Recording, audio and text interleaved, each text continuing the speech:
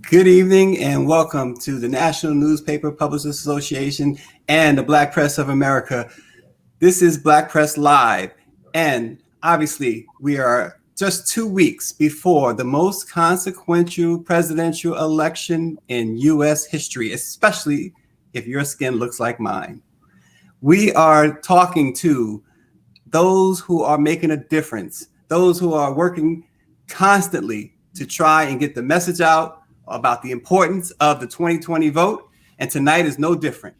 Each week, we have been bringing you lawmakers, our esteemed Congress members, and others, our publishers, and others to talk about the issues surrounding the 2020 election. There are so many of them, so we can get right into it tonight. Our panel includes our very special guest from the state of Pennsylvania, Congressman Dwight Evans.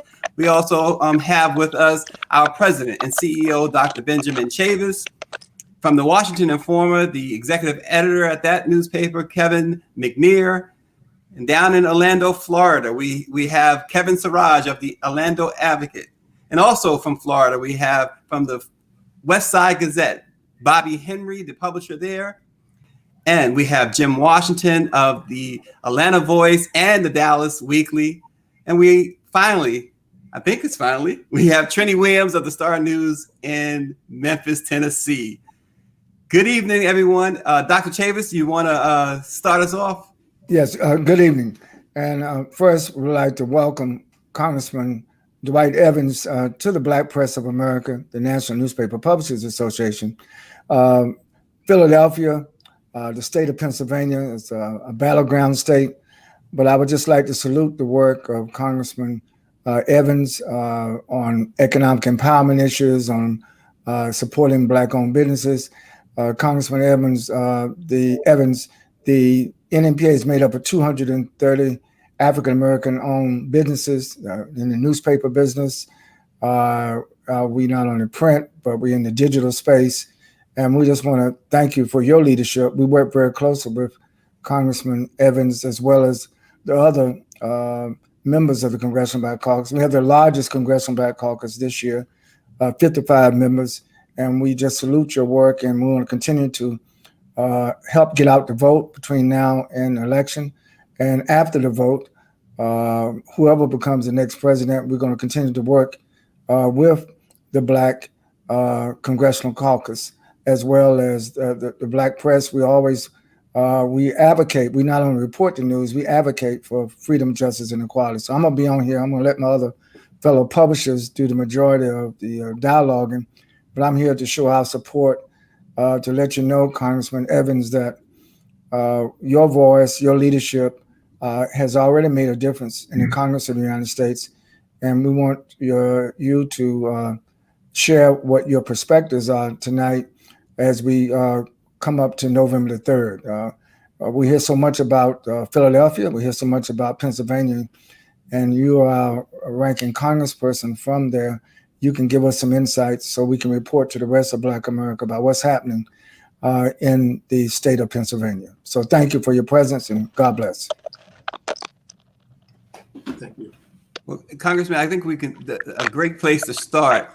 This afternoon, I was on a call with CBC Chair Karen Bass and also California Congresswoman Barbara Lee, talking about the stimulus and talking about the negotiations there. One of the questions I have, the president this morning said he wanted to go beyond the $2.2 trillion that Nancy Pelosi and the Democrats are offering. How much of that is grandstanding as we get closer to the election?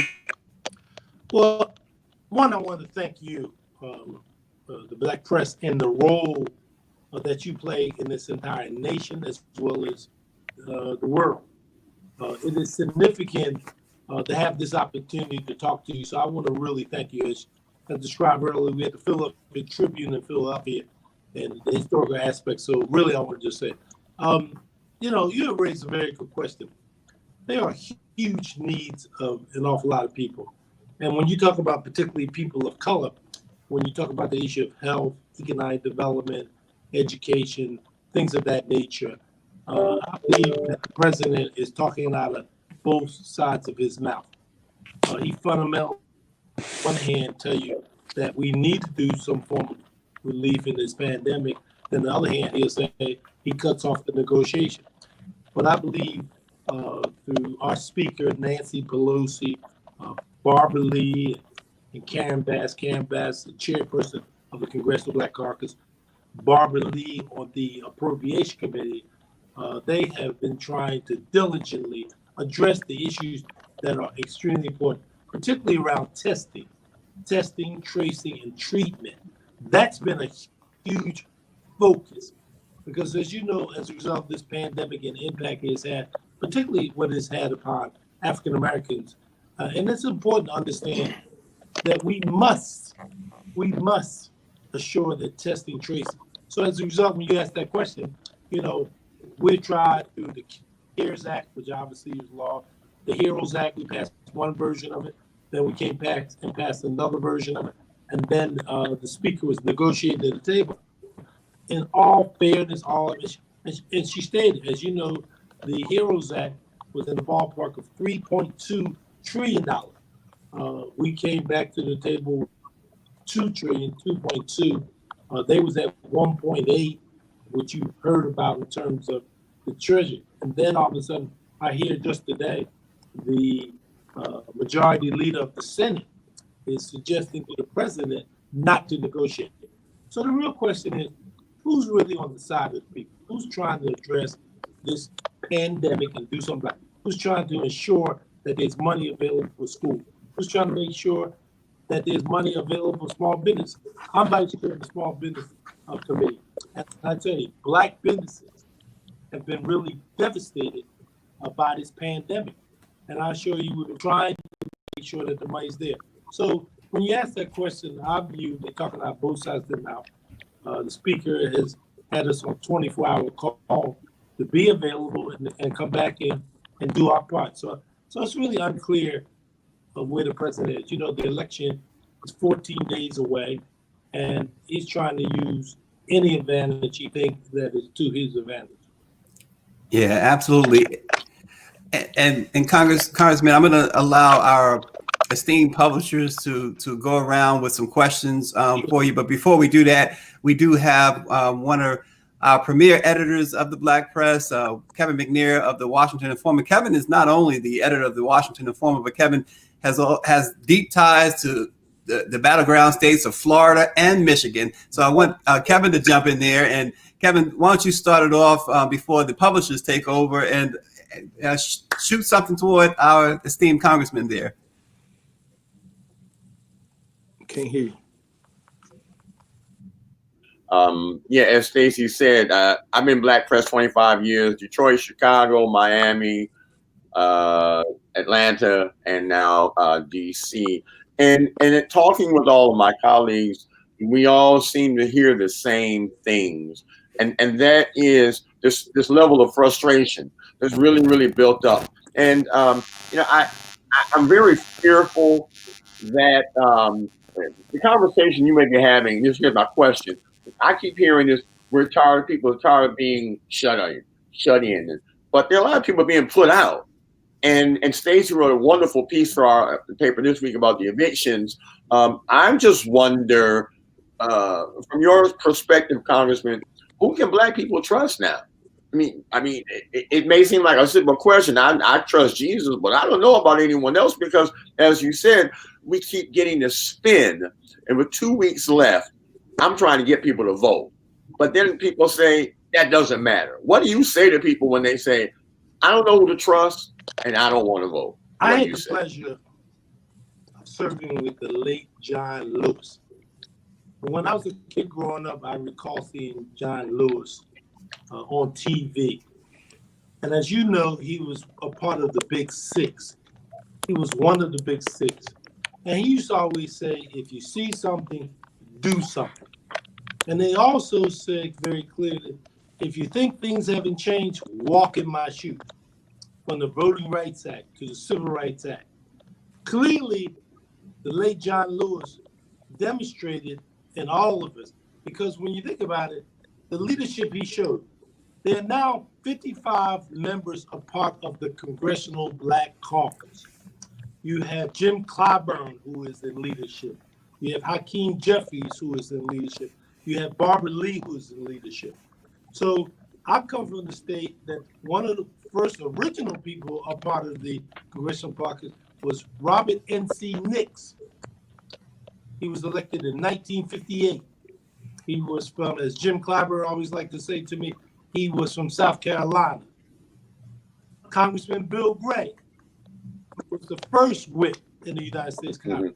So if you look at from the aspect of 1850, in terms of the first Black congressperson to where we are today, there's been remarkable progress. Is there a lot to do? I'll be the first one to say yes. The aspect of systematic racism, the movement of the young people today with Black Lives Matter is a building block that started by others that laid the groundwork to where we are today. So do we have a lot to go? Yes. John Lewis would say that voting is always the key to changing this process. The Black community will have a huge effect in this election. Vice President Biden would not be the nominee of the Democratic Party if it was not because of Black people in South Carolina. Doug Jones, who is the United States Senator of Alabama, Black women voted tremendously. So when you talk about 55 African Americans, you talk about the fact that you have the first Black woman ever in the history on a major party. The fact of the matter is that didn't just happen through osmosis. Sure, of course. Then obviously tomorrow, President Obama is coming to Philadelphia. Now, he is probably the most articulated person that you have in this nation who can do and explain. It's no accident that he chose to come to Philadelphia. On the campaign trail, the first city he's coming to is Philadelphia. And the symbolism of what Philadelphia said. So yes, there may be some frustration. I will not deny it. There's some things that we could and should be doing more. I don't deny it. But under Karen Bass' leadership, if you take the George Floyd police reform that passed, think about the significance of that. It passed the House of Representatives. And Karen Bass with the Congressional Caucus led that. When you talk about universal comeback checks, did that. Jim Clyburn. I can use examples of the involvement of various members. And the chairmanships, when you talk about Bobby Scott in terms of the chairmanship that he has, you talk about these chairmen, the importance of this. So yes, there are no question. There's a lot of things that could and should, but I share with you as the late Congressman John, you just, as he would say, just walk in my shoes and you can really see what things have changed. Yeah, and Congressman, we appreciate your candor. We appreciate the straight shooting, and that's what we expect here on Black Press Live, and that's what we're going to be giving everyone every single week, and including election night, where we will have a marathon live stream. Tune in. We have a range of guests on our schedule for election night. I want to go out to Atlanta, Georgia, to another really key state is Georgia. Jim Washington. Jim, what's your thoughts about the importance of, Dr. Chavis had mentioned over and over again about not losing focus. And I want you to talk about that and preface any question you might have for the congressman surrounding not losing focus. Jim, we're not hearing you. I'm sorry. First of all, you got to be commended for the panel because Florida, Texas, Pennsylvania, and Georgia, and I'm sure I may have missed someone. These are all key battleground states, and if Joe Biden takes all of that, it's a done deal, and it's a struggle. The one thing that we keep emphasizing is, and you heard it during the protest, is it a moment or is it a movement? And the moment and the movement are really, really, really focused on this issue of voting. One of the things that I have seen here is the resolve of people. It's one thing that you just can't tell Black people you're going to inhibit them in some way and not expect them to do something about it. I mean, back in the day, don't get me wrong, it was a little quieter. Now it's an insult. It's a public insult. Mm-hmm. And the public insult is why we see the people at the polls and why they stay, particularly in Georgia, why they stay in those situations for as long as they have, to vote, I mean. And that is really one of those things where they're voting in great numbers here. I mean, they've already voted million, 2, 1,300,000, and we've only been in this maybe 6-7 days. I would like to ask the congressman, how do you take voting? I understand all the other complex issues, but how do we take the voting and understand how it translates into the power we need to make a difference? I know when people pissed off, they go to the polls and they vote. They got a real reason to go vote right now. But it can't go back to normal on November the 4th, and the next one is less. And the next, I'm talking about the turnout. So is there anything from your point of view that you can take the voting side of it and make it more than the moment of discuss and turn it into an issue of resolve so that it is consistent and it builds over time? Is there anything that you see that can be done to do that? 7 or 6 years from now, the Constitution will celebrate 250 years. Though we know when that document was written, it was written as a flawed document. And we know the fact of the matter is there's been an awful lot of changes in that period of time. What essentially is on the ballot is the democracy. That is on the ballot. That is the element that allows the freedom and the liberties to make those kind of necessary choices in terms of what we do. I just said to you, I talked about Senator Harris being on the ticket as the first African-American woman. You know, I'm old enough to remember when Congresswoman Shirley Chisholm got elected in 1968 and then ran for president of the United States in 1972. So from 1972 to having Senator Harris on a major body, that never happened before in the history of the country. Never was there a Black woman appointed on the national party. So that, and we obviously know about President Obama. We talk about health care, the essential aspect of health care. Because if we talk about health disparities, we talk about blood pressure, diabetes, and the effect this pandemic.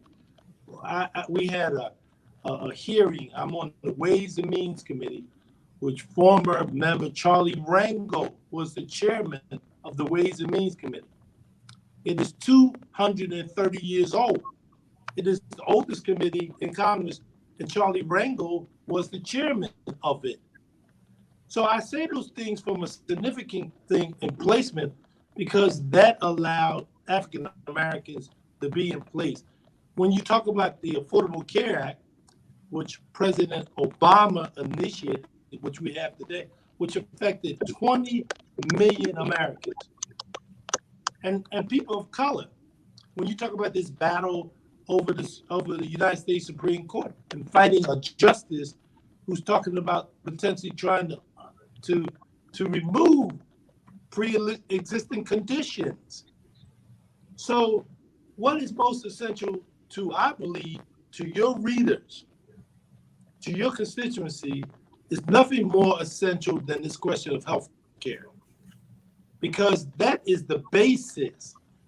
Healthcare is the basis of people's ability, okay, to be mobile, to do various things. So that is a number one fight for the Congressional Black Caucus. That's a fight for the Biden potential, Senator, all of it. So we all recognize that. I think you see a huge distinction between those who are trying to take away health care. Think about it. There's one person trying to take away Black people and other people's health care. So I'm saying to you, that is something that is measurable. Some people can see and feel the importance of it. And that's very important. Yeah. But Yeah, thank you, Congressman, for that response. And we are talking to Congressman Dwight Evans of Pennsylvania. And before we get to our esteemed publisher out in Memphis, Trini Williams, and our publishers down in Florida, Bobby Henry of the West Side Gazette, and Kevin Siraj of the Orlando Advocate, we do have another publisher who is watching from Arizona, another state that might play a big role in the election, Clovis Campbell. And he has a question for you, Congressman. He says there's a rumor that 45, President Trump, is using the stimulus money to pay to his friends to then pay off his debts. Do you have any comments on that? I don't, he has a tendency to tell you anything. I'm not going to tell you anything I don't know for a fact. I mean, there's a lot of things, but it's interesting.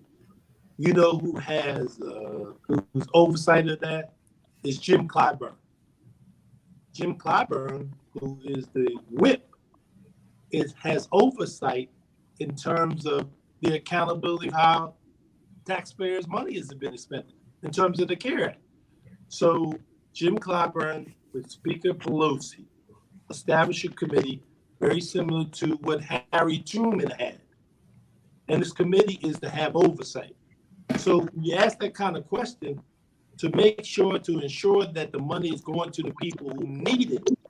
Jim Clyburn is the one who's responsible for monitoring that situation, because this is taxpayers' money, and the Speaker of the House, Speaker Pelosi, and Jim Clyburn are very responsible, and all of us, to ensure that people are accountable in the use of the money. So I share with you from Arizona that's it. So look, he could be doing it.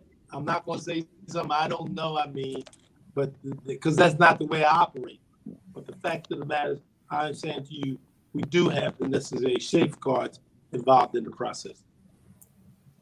Yeah, and we will come to a question from one of our loyal viewers, David Youngblood, in a moment. But I want to go out to Trini Williams in Memphis. Trini, I'm sure you have some thoughts that you want to share or ask the congressman. Go ahead. Well, here in Tennessee, we've been having some aggressive early voting. On the first day, we were over 270,000 people statewide who went to the polls on the first day of early voting to vote. And in Memphis alone, there was over 27,000. And by the end of the week, there was over 16% of the registered voters who have already gone out to vote. Now, Tennessee, over the past few presidential elections, has been, of the 98 counties, 96 of them are red counties. Only 2 of them are blue. That's Davidson County, Nashville, and Shelby County, where Memphis is located. Congressman, what I would like to know is how can we actually help make a difference, not necessarily in regards to red and blue, but how we can make a difference in regards to the Black community to make sure we are holding all those representatives and senators accountable, where we can get what we need in the Black community for our children, for our workers, for our businessmen, for all the people throughout, because it seems like we've had quite a few challenges in the years past where we are just left behind and not getting as much as we should in regards to the economic side of things. And I believe if we get the economic side of things, we can come out a lot more prosperous in a lot more different ways. And I know that you're not the only one that can only resolve that. You're one of many. But I would like to hear your comments in regards to how we can do that.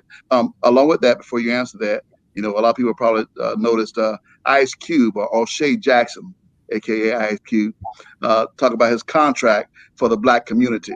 And we need to have a contract, and we need to make sure that everybody's held accountable for that before they get in office, as well as when they get in office. So how can we get something like that going and supporting all across our great United States of America? You remember when I started my conversation, I thank each and every one of you.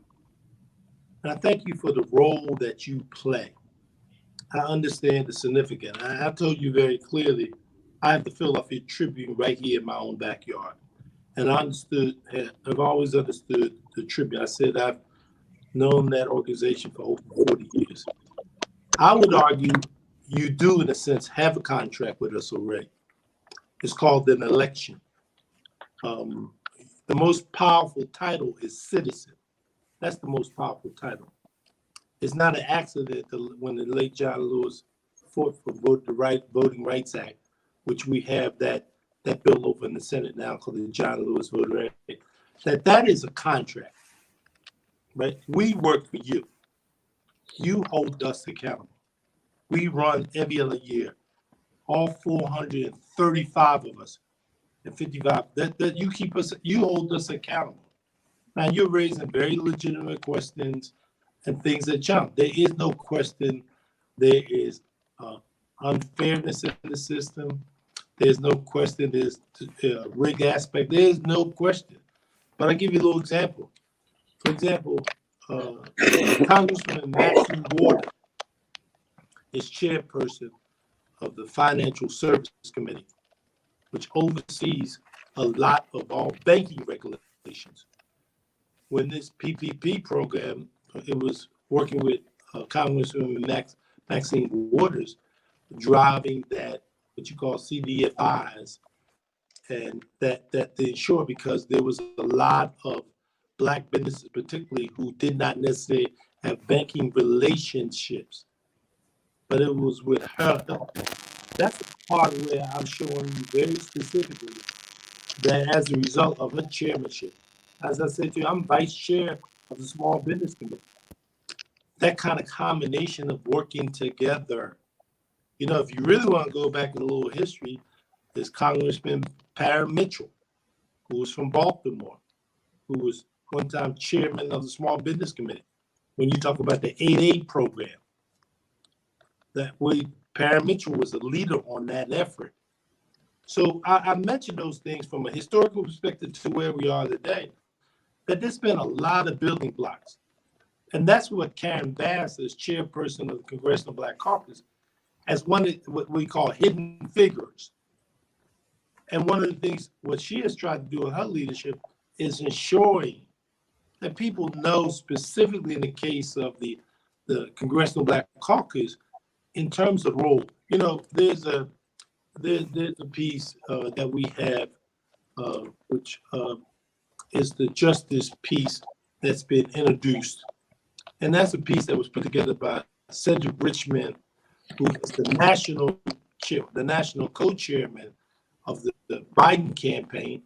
And Karen, it's that kind of combination have come together. So I share with you, in my view, there has been movement. And I expressed to you, as the late John Lewis said, it's just walking my shoes. People need to understand, doing events like you're doing here, having African-American congresspeople. I said, we have some dynamic African congressmen. Lauren Underwood, who's from Illinois, is a fantastic person, right? Brand new. Steve Harford, who's from Nevada, is a good. All these are new bloods. They all started, they all energized, and these are people who have added to this struggle and all been there. So I share with you, and I've only been in Washington for 4 years. I was in the state legislature for 36 years. So although I may be new to Congress, I'm not new to politics. I'll be the first one to say to you, yes, that's why this election is important. That's why Philadelphia, Pennsylvania is make it or break it. And it's not an accident that President Obama is coming to Pennsylvania tomorrow. And that's significant to understand that he's coming to articulate kind of where we are and the kinds of things that we need to do.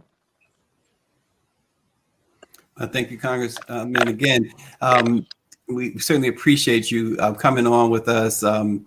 I'm going to go down to Florida and let our two esteemed publishers down there, Kevin Siraj, Orlando Advocate. Kevin, I want to shoot it to you. Any questions for the Congressman this evening? We can't hear you. Back in April or May, when the Congressional Black Caucus announced headlines were being printed, some published in the Black press as well, how the CBC was coming front and center on the entire fight against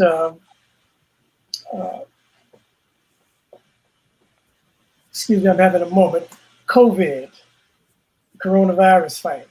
And I'm wondering if since that time, back in April or May, to this time, I know that you focused on the economic impact of the virus on the Black community, and you were spending a lot of time talking about how there was a disproportionate impact in terms of Black deaths when it came to this virus. Where are we now in terms of the efforts of the Black Caucus as it pertains to COVID? And is there anything that we need to be doing as members of the press to assist in keeping this on the front burner and making this a part of the issue construct that's going to help push this election when it takes place in a couple of weeks? As Congressman Barbara Lee would say, stay woke. I think the role you have is what you're doing is by constantly, there's a connection. As a matter of fact, she's on the Appropriation Committee and Karen Bass is the chair.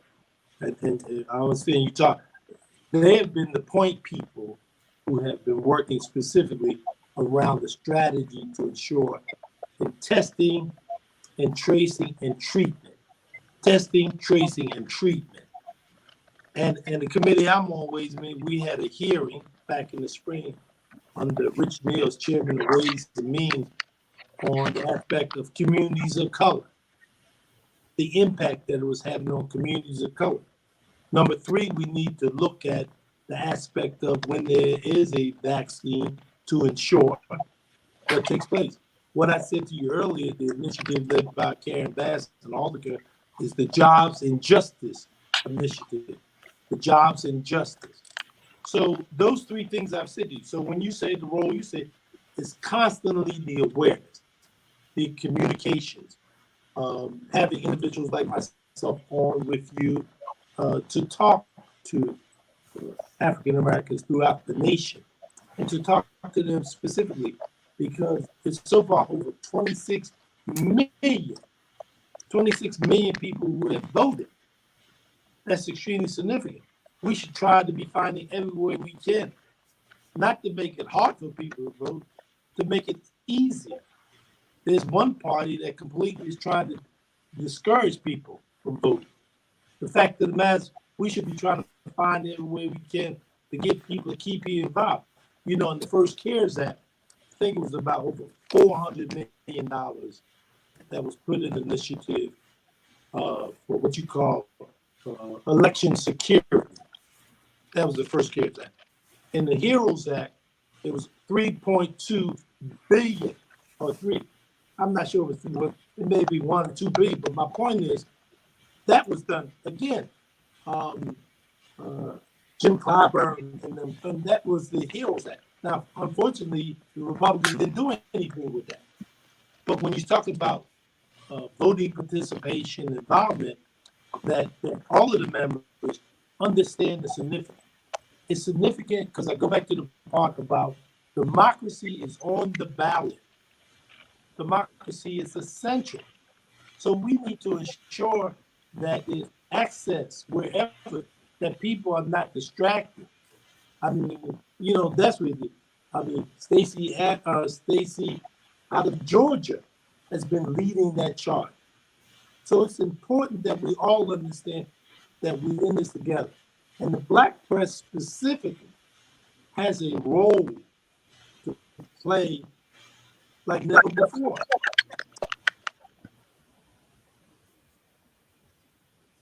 Yeah, and that's exactly what we are doing this election season, Congressman.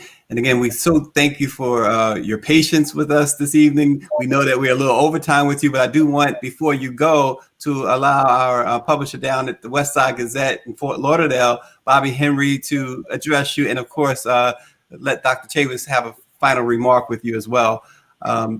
Bobby? Let's see. Okay, I don't want to belabor the issue or to hamper Representative Evans' departure. You said on a number of occasions, from a historical standpoint, of in giving honor to those that deserve it. Here in Florida, we have been inundated, if you will, with stuff that takes us away from the historic value of the Black vote. I was trying to go back and do a little research so I would be able to express the need for us to tell our own stories as it relates to the significance and the fight that we had to endure for us to vote. Now, again, if we don't know our story, we are more than apt to continue to do the same thing. The state of Florida was one of the main states that had all of the wherewithal to create obstacles for Black people not to vote. One in particular, the white primaries, the poll taxes, and the other things that were used, even death. So my question is, Congressman, and I know you got to go, I wanted to go on and on, but my question is, what is being done through our Congressional Black Caucus to continue to tell our story, but not only tell our story, to bring up a pipeline of people, Black people, Black potential leaders to fill your shoes? Have Congresswoman Val Demings and Congressman Al Lawson. That's just two people that I know very well. And I share with you, Val Demings was on the House Judiciary, is on the House Judiciary Committee. Committee has a great deal to do with the aspect of oversight related about just this whole process in the legal system. Look, I'll be the first to tell you, would I like this to be happening yesterday? Yes. But unfortunately, it doesn't work that way. It works by being relentless. It works by staying focused. It works by being disciplined. And that's what I believe that, at least in the last 2 years that Karen Bass has been chairperson, that it's been that kind of discipline in all of us. All of us got a role. You know, I'm proud enough to be a part of the executive committee. And I share with you, we all try to be, you know, this relationship we have with the Black press. And as Dr. Chavis will tell you, I like to think we all been available, accountable. We shine lights on things that maybe others haven't been paying attention to.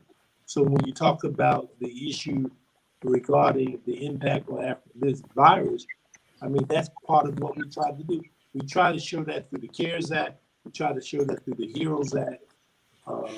You know, we try the Jobs and Justice Initiative we introduced, which was an initiative to talk about jobs and justice. The George Floyd police reform, the late John Lewis voting rights. I mean, all those initiatives. Now, I'm not going to get into the ping pong to the fact that there needs to be a change in the Senate. And it's very clear because where the thing dropped, look at exactly what has been taking place. That's about 14 days from now. Not just the presidency you have a huge chance to make, could also affect the United States Senate. The United States Senate and the presidency. And here the Black press, right? The voice. And you know, we've had conversations, Dr. James, I know he has had conversations with the leadership of various Congressional Black Caucus members, and we've been diligent and committed. And this is a fight in the struggle. This is not something going to happen overnight, and we're going to stick with it until we do what we have to do. Thank you, Congressman. Go ahead, Dr. Chavis. Well, thank you, Congressman Evans, and please give our best regards to our fellow publisher there in Philadelphia, Bob Bogle, who's the distinguished publisher of the Philadelphia Tribune. And we appreciate your leadership in the Congress as well as your colleagues in the Congressional Black Caucus. As you prepare to leave us now, thank you for coming on. Please let all the members of the CBC know that the Black Press will continue to work closely with each of you. The Black Press will strengthen the strategic alliance we have with the CBC. And lastly, the masses of our people. They sort of cut short finished counting the census. We know that there are way over 50 million African Americans in the United States. And when they decide on the appropriations and the distribution of resources, we want to make sure that Black people are not triaged, undercounted, and undersourced, underserviced, underfinanced.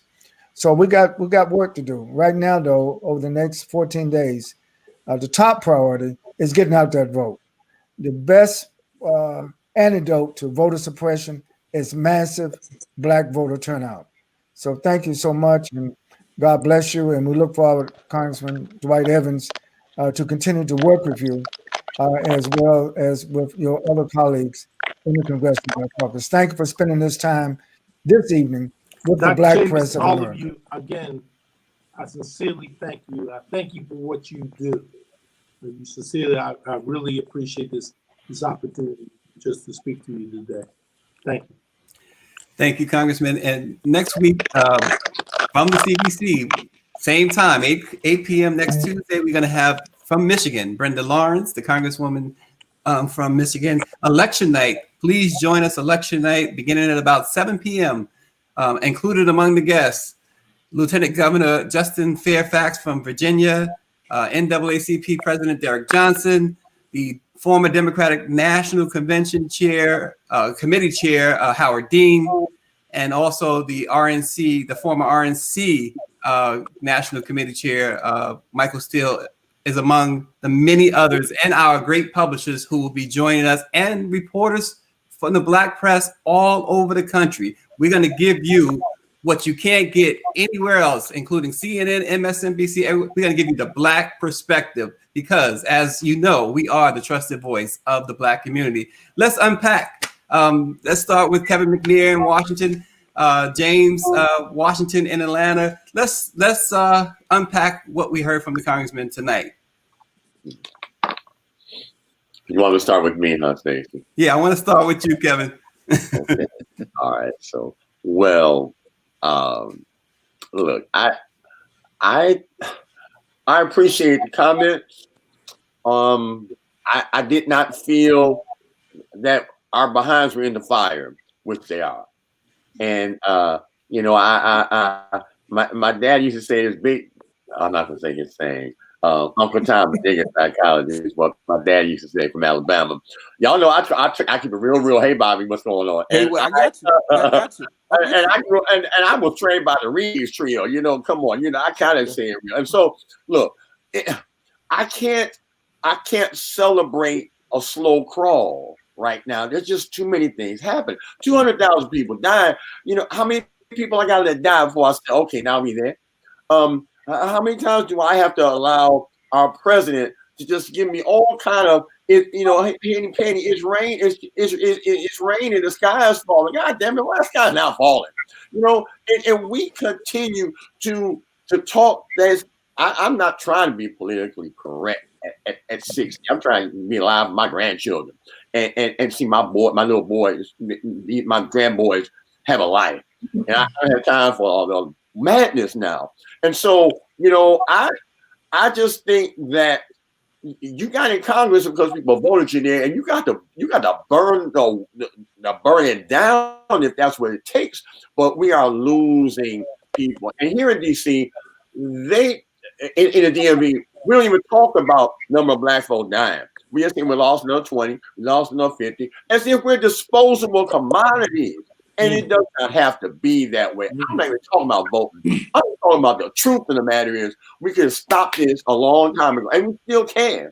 But we cannot allow people to keep lying to us and then us tweeting out lies, which we just can't. Because when all of us are gone, who's left? And if we're not careful, we will be all gone. I'll be the only one left. I'm not going out. But you know, you got truth is power. The truth, the Bible says the truth will set you free. I'm not trying to be political, great dance around it. I like Frederick Wilson, who takes that spins that head around and tell you exactly how it is. And that's what I did not hear. Much love to the Congress vote. But I need to hear something that my 26-year-old son and my 18-year-old grandson, who's almost lost his mind because he can't play football and can't play baseball and can't get with a little friend girl and he don't know when he's going for college and he's calling me up. That's what I need to be able to tell them. I got my little boy, my grandson's first grade. Virtual learn. I'd have flunked virtual learning. I was just too much in the mix. How do you do this with our Kevin? It's okay. I'm sorry. That's okay. Well, Kevin, the late great Marvin Gaye said, "Believe half of what you see and none of what you hear." Jim Washington. With that said, I mean, we've seen. Look, 50 Cent said, "Look, he's going to raise taxes on the rich." But we're not keeping our eyes on the prize when we think that way, are we, Jim Washington? All right, Jim, you be muted if you want to. You're going to get left out when your chance to talk. So come on. Bobby, I couldn't until you got on. You know that. All right.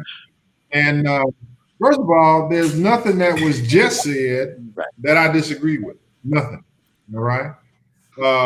Let's start there. But let's also start with the fact that, I mean, the pandemic, whether it was manufactured or not, it affects us like everything else in this country does. It's going to get to Black people faster. It's going to last longer with more devastating effects. One of the things that I would give us this time is that there's a whole demographic of young people who, and most of us on this call can remember this. We were rebel rousers too. I mean, it wasn't going fast enough. It couldn't happen fast enough. I mean, from the beginning, there was always the rebel rouser, and which Ben Chambers was in, and then you had the other group that was saying, "Hold it, hold it, hold it." This is not new. What is new to me is the recognition by others from us, because here in Atlanta, I mean, if you take away the white supremacists who was out there trying to destroy our institutions, there was still a whole lot of white people out there who were saying, okay, it's time, it's time, it's time. Now, how do we convert that, which is, I didn't hear this from the congressman, but what you heard me say is, yes, all of it's a moment. But what's the movement now? I mean, right now, you can't tell me the Black women in Mississippi don't know the power of their vote by putting Doug Jones in. That's an energized population. You can't tell me Black folks in South Carolina don't know that they saved Joe Biden's campaign. That's empowering. I'm looking at the number of people who have the resolve to continue to go vote as an indication that people are starting to recognize the difference between not voting and voting and what it means in their lives. As long as you can say it's not important and somebody believes that, then you ain't gonna have us go to the poll. As long as you start saying, well, wait a minute, and this is what I'm seeing. Folks, first day of voting, 8, 9, 10 hours standing in the polls, calmly. Now I got to take that some of that rioting, some of that protesting in the street did have some people at the polls if the numbers are up. That's a result of action. Now, it may not be enough for people to say, let's go to the polls in droves. It may not be enough for some people. For me, that's the movement. We need to recognize the power of that vote. And like I just said, they do in South Carolina, they do in Mississippi. Flip one of these states, and whatever state that does that will also begin to realize, because the people who stepped out of line, and when I was in there in Georgia, let me know they're coming back. Mm-hmm.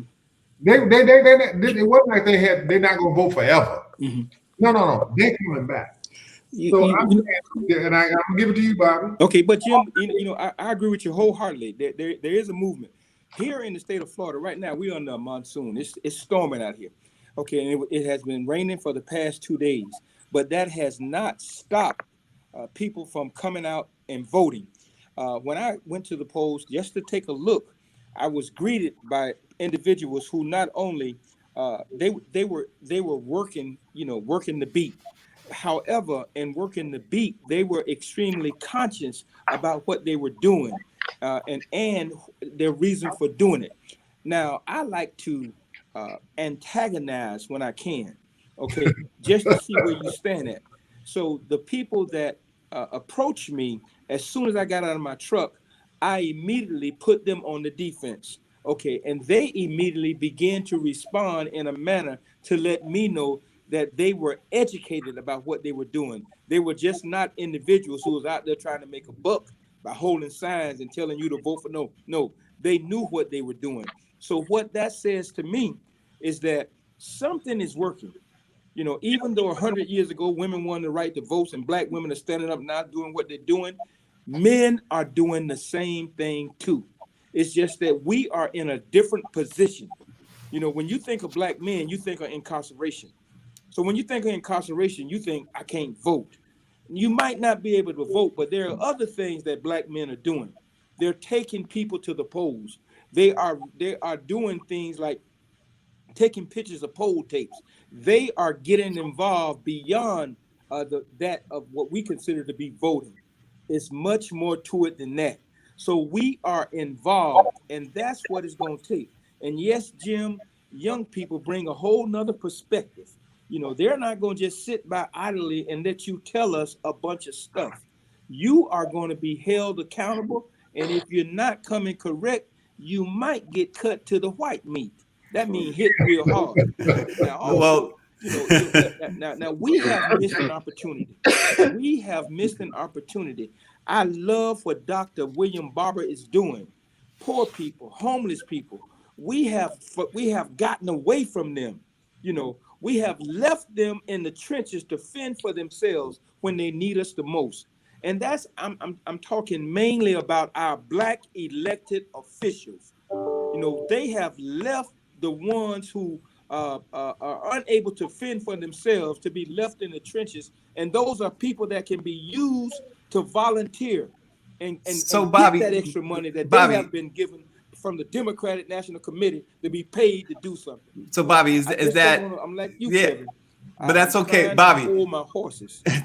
Listen. Mm-hmm. So that's another reason why you have to get out the vote, right? Mm-hmm. Trini Williams, is that another reason you have get out the vote? Another reason you got. Yes, indeed. Yes, indeed. I know a lot of people are getting out to volunteer. I mean, you think about Mike Espy down in Mississippi.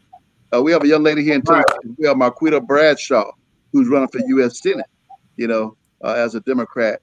Nice Christian young lady from Memphis, Tennessee. And she won the primary on just a few $1,000s, okay?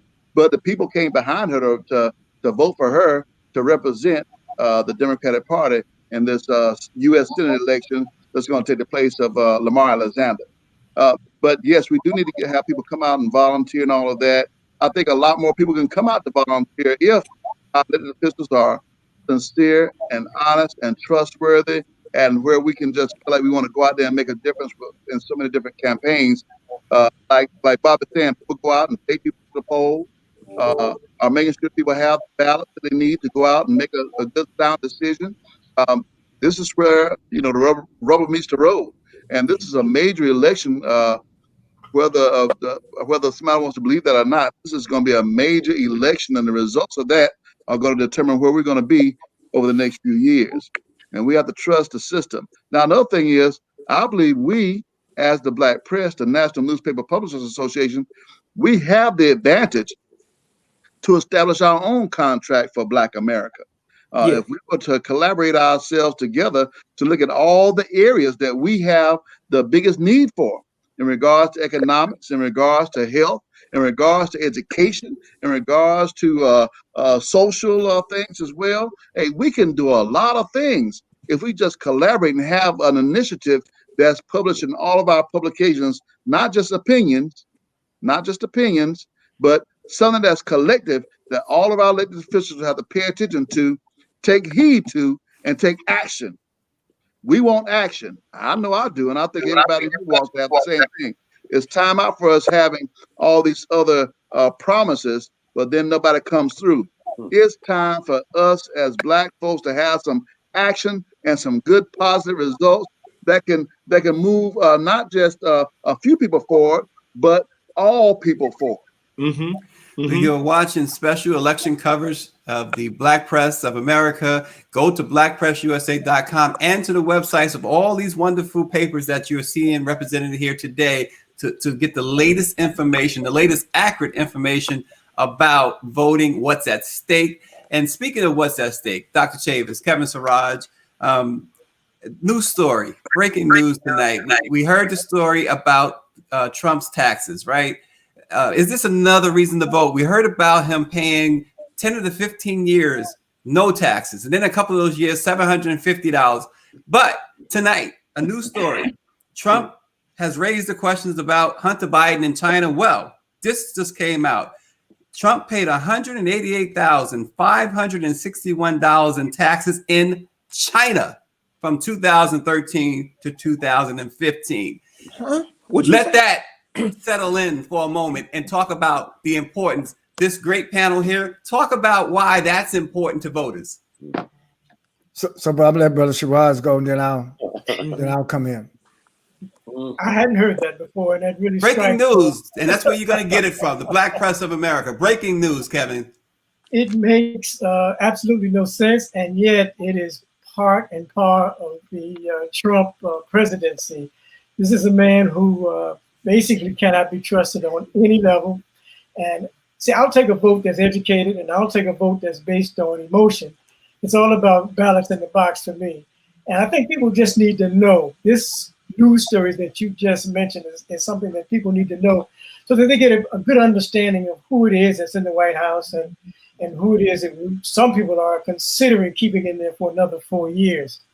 I'm proud to say that in the state of Florida, we have about 974,000 people of West Indian ancestry. And according to the census figures, and that includes about 300,000 Jamaicans and about 530,000 Haitians. And they are primed and ready to see Kamala Harris in the White House because of her ancestry as well. And so there's an excitement that's brewing that I think is going to lend itself well to our efforts to unseat this.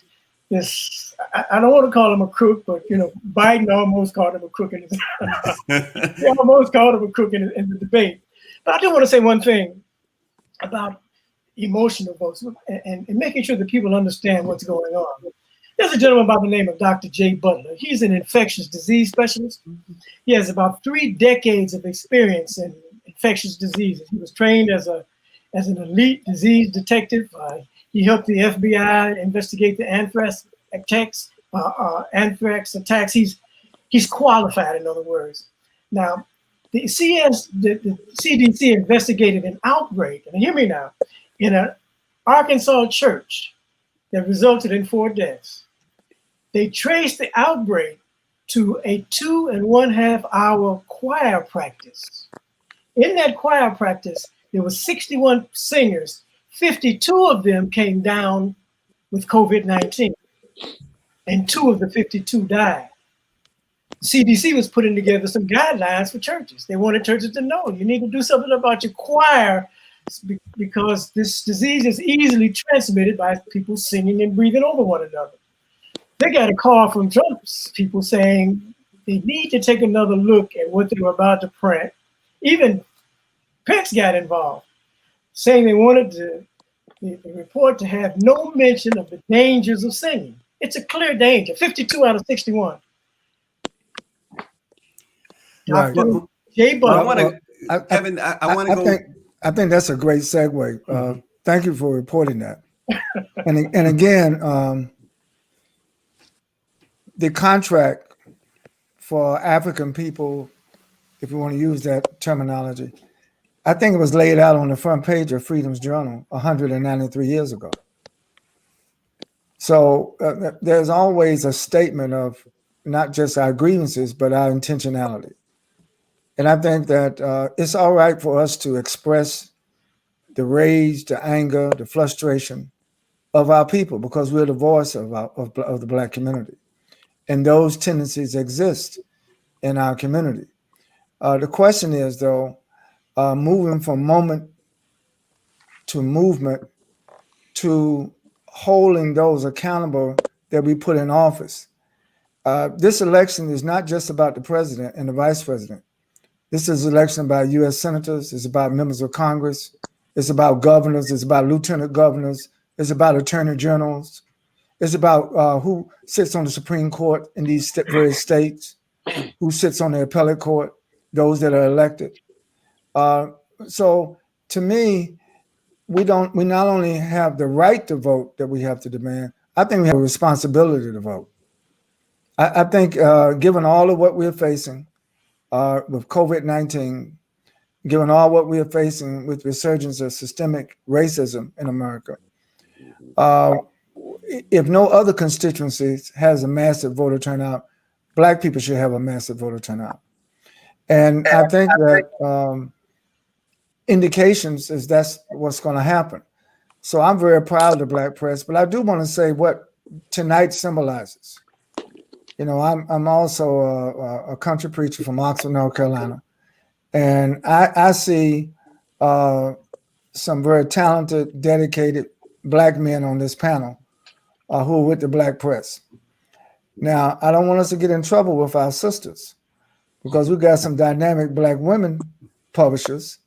And so this is not about division between male and female. But I do want to say that this is the first panel since the 25th anniversary of the Million Man March, which was last Friday. Mm-hmm. And if it were not for the Black press 25 years ago, we would not have had the Million Man March, because the established press, the mainstream press, on television, radio, newspapers, were trying to dissuade Black men from attending, as well as to divide Black men from Black women and Black women from Black men. The divisiveness. And there's people in who are planting seeds of division now, even about voting. You know, and so I think we should always, as Malcolm would say, we can't go for the okie-doke. We should not transmit the okie-doke. We should not publish the okie-doke. We should always try to find out what the truth is and put the truth out there. Because once you put the truth out there, as Brother Kevin just said, and the breaking news tonight, the truth stands on its own legs. You don't have to prop up the truth. Just put it out there. Yeah. You know, the truth is therapeutic. Lies, falsehoods, innuendos, rumors, gossip. Amen. That is ingenious as well as counterproductive. Mm-hmm. And we ain't got no time for counterproductiveness in the Black community, not 14 days before this election. Mm-hmm. Now, I happen to think that there's going to be a great day of reckoning on November the 3rd. And some people are not going to be prepared to accept the reckoning. Mm-hmm. And I want the Black community to be on guard. You know, be with God, G-O-D, but also be on guard, yes, G-U-A-R-D. Yeah. Now, I was just in my hometown of Oxford, North Carolina. I have a daughter that's a preacher. Her name is Renita. And I said, well, I'm going to see you at church today. I'm not going to church. It's Sunday morning. You're not going to church? Where you going? Me and 20 Black women, her age, she's in her 30s, 40s. They went to not a gospel show. They went to a gun show. They all went and got their license to carry and conceal. So these Black women are not playing. These Black women are not playing in Alabama. These Black women are not playing in Georgia. These Black women are not playing in Tennessee, the Carolinas, or in Florida. And I'm so proud of Black women. I hadn't even thought about it. I ain't got no permit. But because these white supremacists don't think they just coming for the governor of Michigan or the governor of Virginia. Listen to me, Black people. Don't get caught without your God, G-O-D, and don't get caught without your G-U-A-R-D, your God up. Because this is going to be a hell of an election. This is going to be a hell of an election. Mm-hmm. And I should say, it's going to be a heaven of election. That's more correct. because I think that the God factor is going to play out. And black folks are going to be critical to the God factor. The people who are despised, the people who are damned, the people who are corralled, the people who are pushed down, the people who are suppressed are going to rise up, not for a moment, but for an ongoing movement. Here it is. Transformation. You know, we need to change everything, transform everything, challenge everything, express outrage, but do it in a way that encourages people, not to make them hopeless at a time when we need to express ourselves, but express ourselves in a way that moves people, that encourages people. That's why the headlines in our papers are different from the headlines in the white press. Our headlines make you pay attention. I grab you, grip you, because we need to be gripped with the truth and hold on to that truth and tell our children the truth while they're young so they grow up with the truth. Don't let them find the truth once they get an adult, because they may not even become an adult if they don't get the truth. Tell our children the truth today. I didn't mean to start preaching. I know we're over time. I just want to thank the black press. I can't think of a better place to be but the black press of America. You know, and let's go. Let's roll. Let's go. What's the penalty for muting your boss?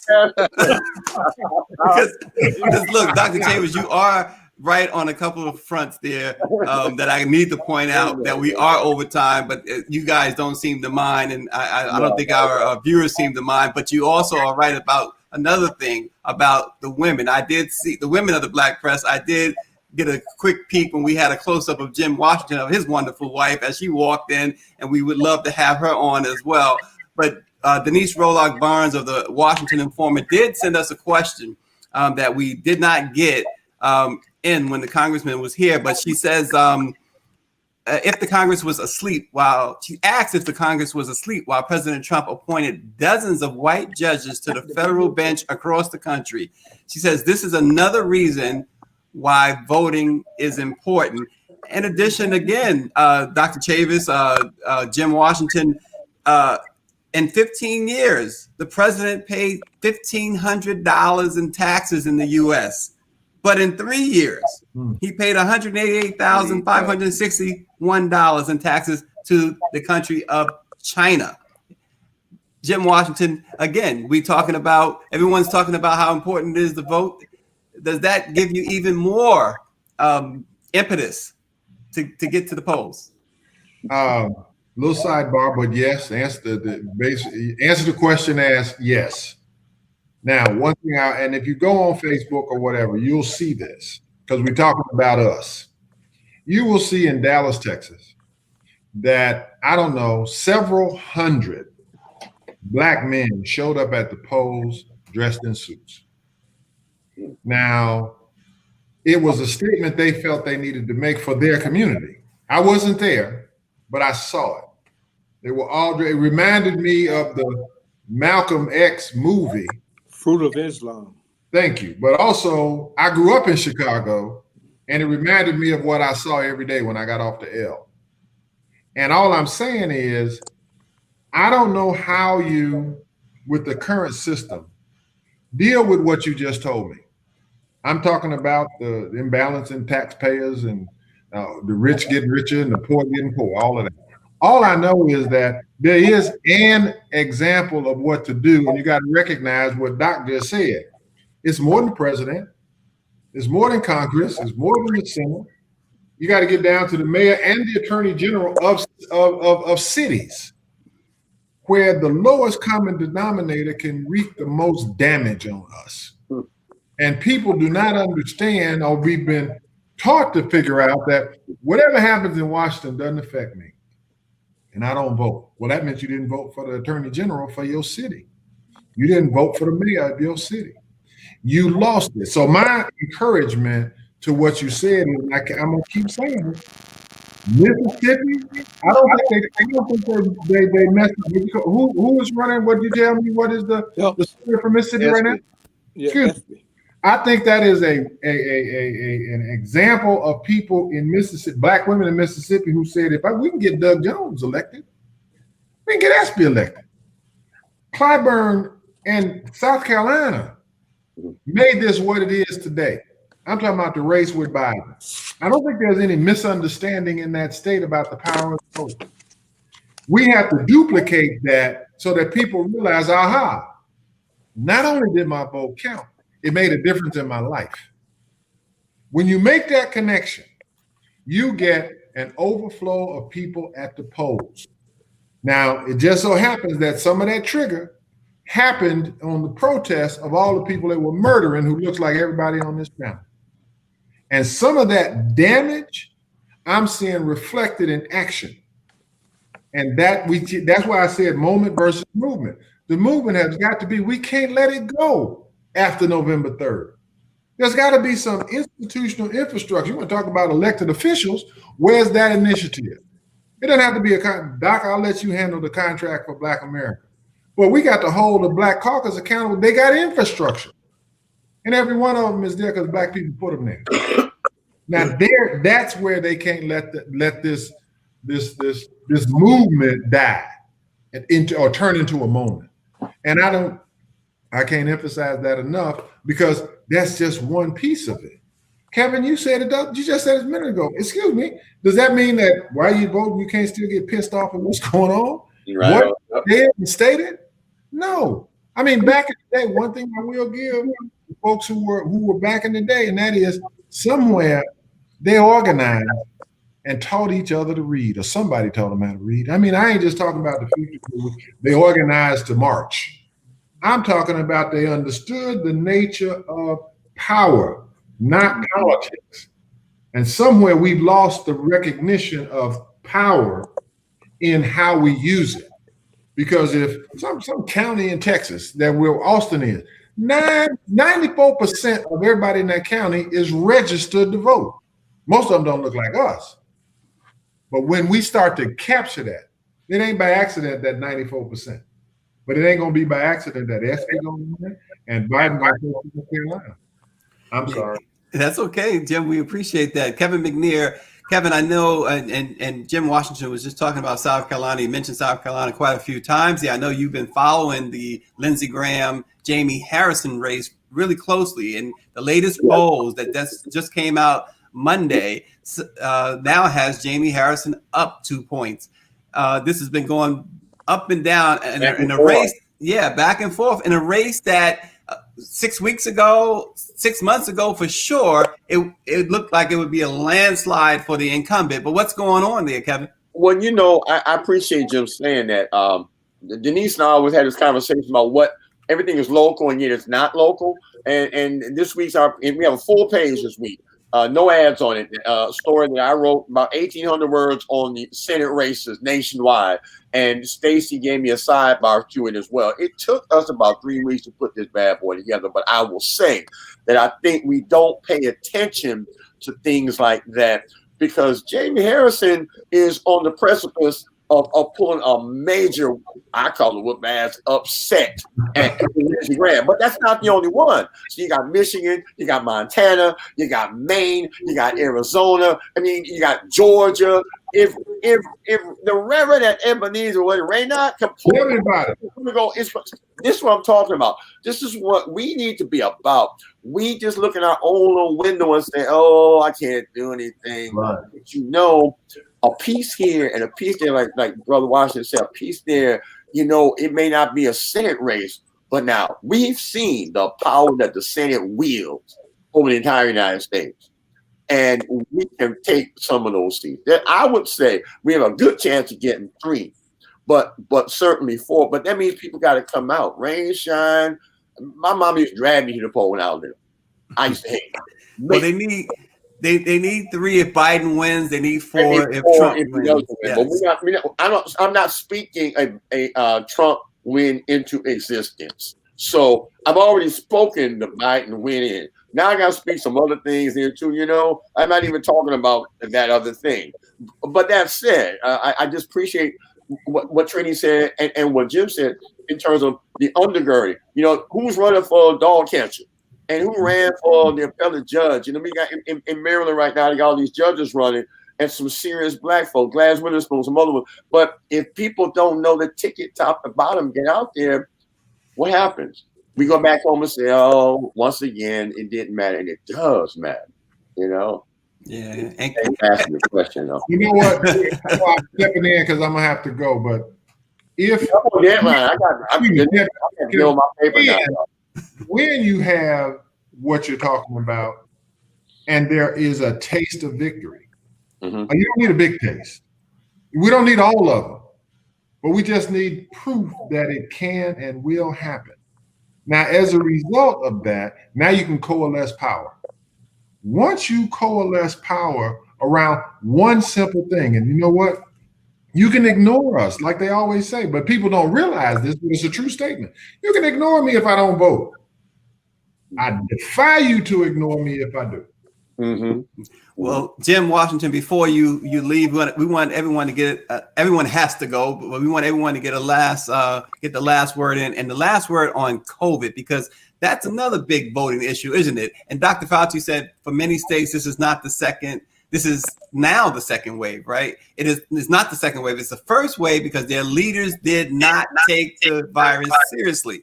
Are Blacks in your cities, and this is for each of you, on guard to the disproportionate danger for our population? Now, I want to start with you, Kevin Siraj. We haven't heard from you in a minute out in Orlando, Florida. Blacks are taking the COVID-19 situation seriously for the most part. When you go out, you notice that we're wearing our masks.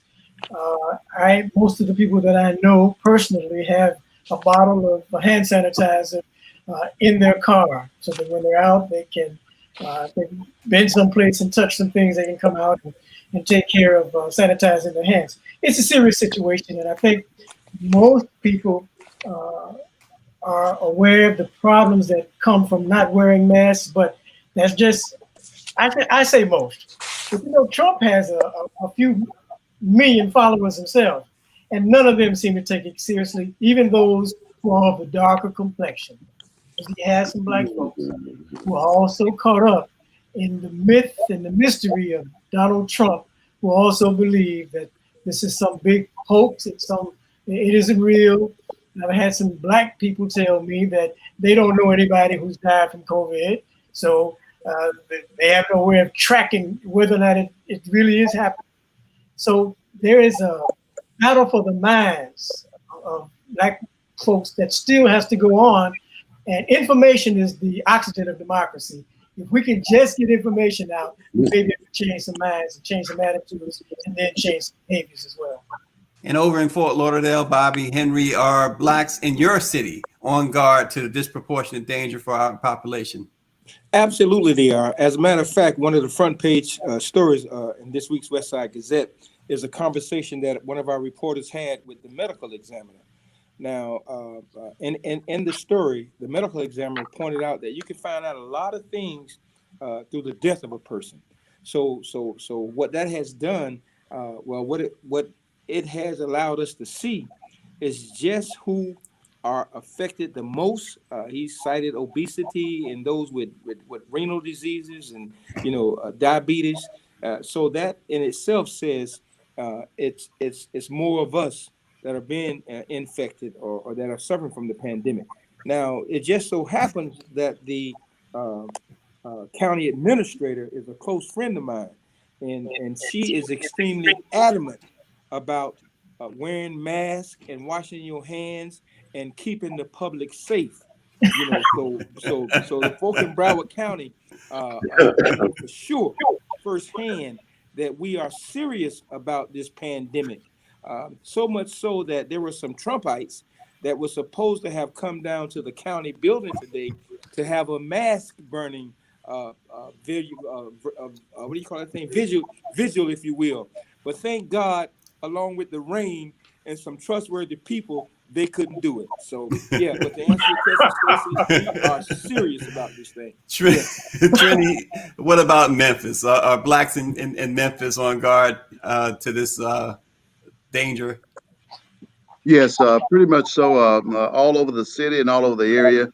I wanted to share a quote before I get into that in particular from Senator Lamar Alexander. We got about 3 minutes, Trini. We got about 3 minutes. He was going out of office, and he mentioned this. He didn't say who he was talking about, but he said Dr. Fauci is one of our country's most distinguished public servants. He has served 6 presidents, starting with Ronald Reagan. If more Americans paid attention to his advice, we'd have fewer cases of COVID-19, and it would be safer to go back to school and back to work and out to eat, because he served 6 presidents, starting with Ronald Reagan. He didn't say any names, okay? However, I've had some things going on with me directly. I had an uncle who caught COVID-19. He's doing well now. But I had a very dear friend of mine I've known for over 40 years. We've done business together and everything. He's a businessman. He passed away a couple weeks ago due to COVID-19. And so everybody's really taking a lot of heat on this and trying to make sure they wear their mask, use the hand sanitizer. Another thing, and I have an interview with this in the next week or so with 2 doctors who I've been talking with over the past few months. And one of my things was to make sure your immune system is high. If your immune system is high with vitamin D and vitamin C and all the B vitamins as well, and making sure your humidity is 50%, between 50 and 60%, your chance of contracting that COVID-19 decreases significantly. So we need to make sure we keep our immune systems up, as well as wearing those masks and sanitizing and detoxing when we come home as well. Make sure you don't spread those germs around to your loved ones in your home. Yeah, and real quick, Kevin McNair in Washington, what's it like there, Kevin? Everybody's on guard? Yeah, I think everyone's on guard. And Trini's right. It's about the immune system. Look, I got COVID in December when I went to graduation for my daughter in Detroit. You know, hundreds of people at Wayne State University. No one knew why I was so sick. I just had the flu. That was the flu that I said, I just want to die kind of flu feeling. But I've got a great immune system. It took me about 2 weeks, 3 weeks really to get over it. And then I bounced back. But, you know, a lot of folks fell victim and are still falling victim and falling behind the cracks. And yes, we must take care of ourselves. When I'm tired now, I shut it down. Phone off, TV off, Zooms off, all those things. We've got to do those things because we are working ourselves to a frenzy now because we're in a frenzied state. But yeah, we're doing pretty well. And DC's hanging in there. You know, Virginia's got the worst numbers right now. Virginia's trying to open back up. And you can see what happens if people rush that opening. Look, we're going to open when God says we can open, but we got to use some common sense about this. And we trust the science, not the madmen who are speaking ill of the science. That's all I say to that. So I come last to James Washington because I'm under the impression, I don't know if it's a delusion, but I'm under the impression that James has a lot of power and authority. So, and I say that because I'm going to direct this question to you, James Washington, because it's about our boss. And there's 2 things about our boss, President and CEO, that is, of the Black Press, Dr. Right. Davis down there. Number 1, you think you can get him to send all of us who work for NMPA that mask? Wait a minute. If he just sends me, you read my mind. The deal. I'll be back. Because I was about to bring that up, Stacey. We're going to get custom-made masks. I'm trying to figure out, did you bring enough for everybody? I can't afford a custom-made mask, so you know, send me one. Yeah, man. Mask in the mail. and James, so I'm going to hold you to that, James. But the other thing that's related to our boss, James, is that he has not stopped. You know, they shut everything down. They didn't shut Dr. Chavis down. I know he don't fly on private planes. I know he don't, he's not a big shot, but he's everywhere. He's all over the country. Now, in my mind, he's the biggest of the shot. What if I said that? He's the biggest of the shot. Don't misquote me, Mark. Yeah? And you know what? You got to give credit where credit is due. And I'm not blowing anything up that Doc don't know. And that is, he can't stop. First of all, it's not in his genes, if you will. And we're all blessed for that. And that's seriously. We are much better off during his leadership than any other time. And that'll continue to happen. The fact that we're on this tonight. I'll leave you with this. and that is the governor of Georgia and the mayor of Atlanta are in court, were in court about what you're talking about. Mm-hmm. And the governor backed down. So no, yeah, I'm not the naysayer, but everybody in Atlanta is not wearing a mask who looks like me. Most people are. But you know what? I can't focus on them. We need to focus on the others. But I will say this. Not only did she make him back down legally, she also caught the virus. Mm.